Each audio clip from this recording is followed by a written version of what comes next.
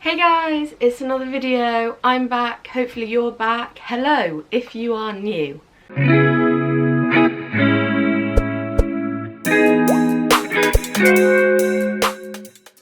So today's video is going to be a little bit different. I've decided to shake it up a little bit and I'm going to actually talk about some film and TV recommendations that I have. So I've got 5 films and 5 TV shows, and they're things that I've really enjoyed and I think that others will enjoy as well. So yeah, let's go on with it. So my notes were on my iPad today. Thought I'd shake it up a little bit, use some technology, you know how it is. So we'll start with my film recommendations. As I've said, I'm going to give you 5. They're all pretty recent, to be fair. I might do some older ones if I do these types of videos again. So my first film recommendation is The Hate U Give. It came out in 2018 and I feel that with the climate of the world at the moment, this film's really relevant and everyone should watch it. I watched it for the first time last year and it just gave me a whole new perspective of like police shootings of black people and black community and the whole dynamic, I suppose. It just gave me a whole new insight and I'm not gonna lie, it really stuck with me for a few months after I watched the film. Like, I couldn't shake it, if that makes any sense. My second film recommendation is The DUFF. This came out in 2015. It's just generally like a feel-good film. I watch it quite a lot when I'm either like in a bad mood and need some like cheering up, or if I want to watch something but I don't want to commit too much to a like complex storyline. So initially the idea of the designated ugly fat friend sort of like put me off. I was a bit like, oh, what are they going to do with this? But it actually has quite a bit of substance to it, and it's actually a really good story that I think a lot of people could relate to in a way. But yeah, no, don't let the what it is put you off watching it, because I think it gives more than people expect it to. My third film recommendation is the Netflix original film DUMPLIN. Now, I had no idea what to expect when I watched this, but honestly, it provided. Don't know what it provided, but it hit a spot. It's another just feel-good film. It's got some quite classic like character dynamics between people, but it also has plot twists. Like, you think you know what's gonna happen, and then it turns around and is like, lol, no you don't. But it's got good plot points as well. I think it's just a really good family film, to be honest. Actually, I don't know if it is a family film. Is it? What is it? It's probably a 12, I think. My fourth film recommendation is Spotlight, which came out in 2015. I really love films that are based on a true story, and this film is based on the 1980s Catholic abuse stories in America. This isn't an area that I had a lot of knowledge about or anything. It's just something you sort of know, but you're not really have a lot of depth into it. But this film follows the story of the journalists that exposed the story, because it was so deeply buried and all of that jazz. But I just love that it gives you that insight, like, and it tells you what was going on in the time. It just sort of like hits you in a way that I can't really explain, but it really made me think about a lot of things. But it's really well made. I really enjoyed it. Yeah, this one stuck with me for a while as well, to be honest. My final film recommendation, I would not be able to do a recommendation without recommending a Marvel film.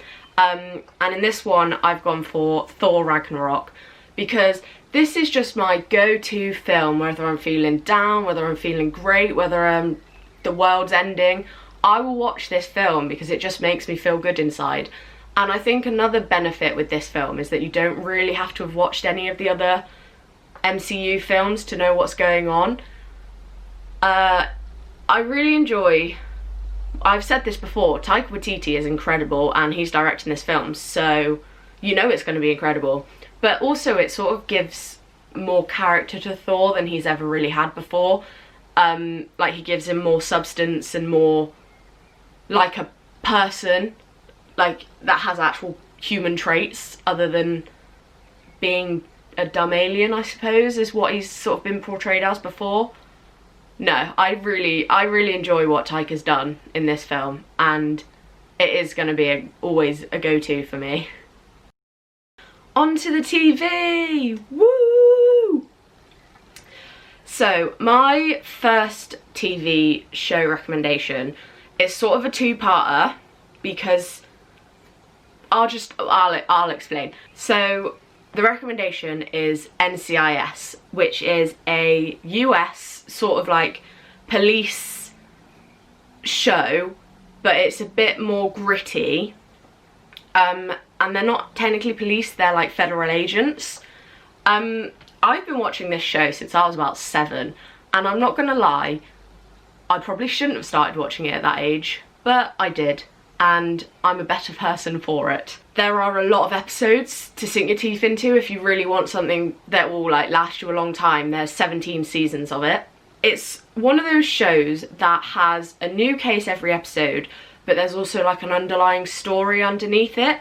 It's really action-packed, but where this is sort of a two-parter, NCIS LA, which is a sort of side show to it, you don't have to watch one to be able to watch the other, if that makes sense. You can watch them both separately, but NCIS LA is a bit more action-packed because you've got like the Los Angeles kind of California vibes. As I've said that, I've realised I don't know if LA is in California, so we'll stick with it. Yeah, it just, I don't know how to explain it. The dynamics are different, but the underlying federal agent kicking ass story is the same. And that one, NCIS LA, has 11 seasons, I believe. So you got, what, 28 seasons to sink your teeth into if you really want to. My second recommendation is Teen Wolf. Now, it's not done justice when people just see it as like a teenage girly drama TV show, okay? Because it has some incredible times. Specifically, season 3B, oh my gosh, that's a cinematic masterpiece. Where were the awards for it? It's just a great show. It deserves more credit than it gets. The side characters of this show, I'm talking to you, Styles Stilinski, really carry the story, and I'll admit there are some times where I'm a bit like, oh my, like, do better, but I feel like every show has that, you know? But its good seasons really make up for those bad moments. And full disclosure, I've got to be honest with you guys, I haven't watched season 6B because I can't bear the thought of it ending. So if I don't watch the end, it never really ends. My third TV recommendation is Brooklyn Nine-Nine. And honestly, if you haven't watched this yet, what are you doing? It's just one of those shows, it's easy to digest, it's really funny, it's really good light-hearted humour, like it's got its deep moments and you're a bit like, whoa, where's the comedy? But then it brings it right back. Yeah, what are you doing if you've not watched it? Because it's such a good watch, it's just so easy to watch and so easy to re-watch, which I have at least 7 times. And it's also got a good amount of episodes as well. I think, is it on season 7 is being aired now? So again, lots of good episodes, and 6 seasons of them are on Netflix, so what can I say other than go watch it after you've watched this. My fourth TV recommendation is Unforgotten. It's a ITV police drama, so it's British police, and arguably Britain does it better. It gives you it's not like a normal police drama show, because the pretense is that the cases are historical, so like 50, 60, 70 years could have passed from when the crime happened to when this team is investigating it. It just gives you a whole new view of police work. It's really well made, and it's one case per series, so you get really into like the nitty gritty details of this one case. But it's also really fascinating because you see the people who are involved, like you see them now and like how they've changed with the time go on, but you can also see how their like lives can fall apart, like the mountain crumbles with this new information. I don't think I'm doing it justice. It is a really, really good show. There's only 3 seasons of it. They're all on Netflix.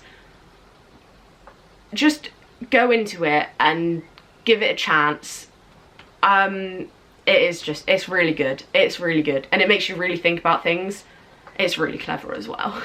My final TV recommendation, and I mean, it's another one of those, if you haven't watched it yet, what are you doing? But it's one that I could understand why you wouldn't want to. It's Grey's Anatomy, okay? I do love me a medical sort of drama, and it's just, I don't know how to describe it. I just really enjoy the way it is made, and I will forewarn you if you've not watched it, you will fall in love with characters and they will eventually break your heart, not gonna lie. A lot of tears are cried whilst watching this, and not just because of the characters but also some of the patients. It's just a really nice dynamic between all the characters. The stories really flow really well. It's another one that does have a couple of seasons where you're a bit like, oh my gosh, end it please. But it also has some really, really incredible seasons, and honestly some award-winning episodes, I'm pretty sure. Because, how many seasons? I think there are 16 seasons, potentially 17, but I think it's 16. So, and it's another one that you've got a lot. This will last you a long time, and it's really worth it. Like, people, I think, stereotype it as like a girls' show, but honestly, I've seen like men get invested in it, so just commit.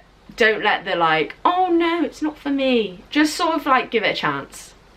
Just give it a go, please. It's really, really worth it. So there you have it. I've given you 10 recommendations, and I hope you do give some of them a go. They will really like add some flavour to your life. I really enjoy them. They're just, I don't know, I get really invested in these sort of things, like in characters and stories, and I like to be able to discuss them with other people. So yeah, if you do find yourself watching anything that I've recommended, let me know, and if you've already watched them, tell me your thoughts, because I do love having a debate about TV shows and storylines and all of that jazz. Yeah, I'll probably be doing a film review in the next one, so I'll see you then. Bye! Why can't I do it? Okay.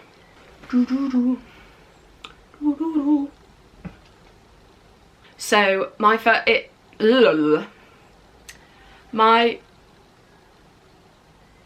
was that an ice cream van?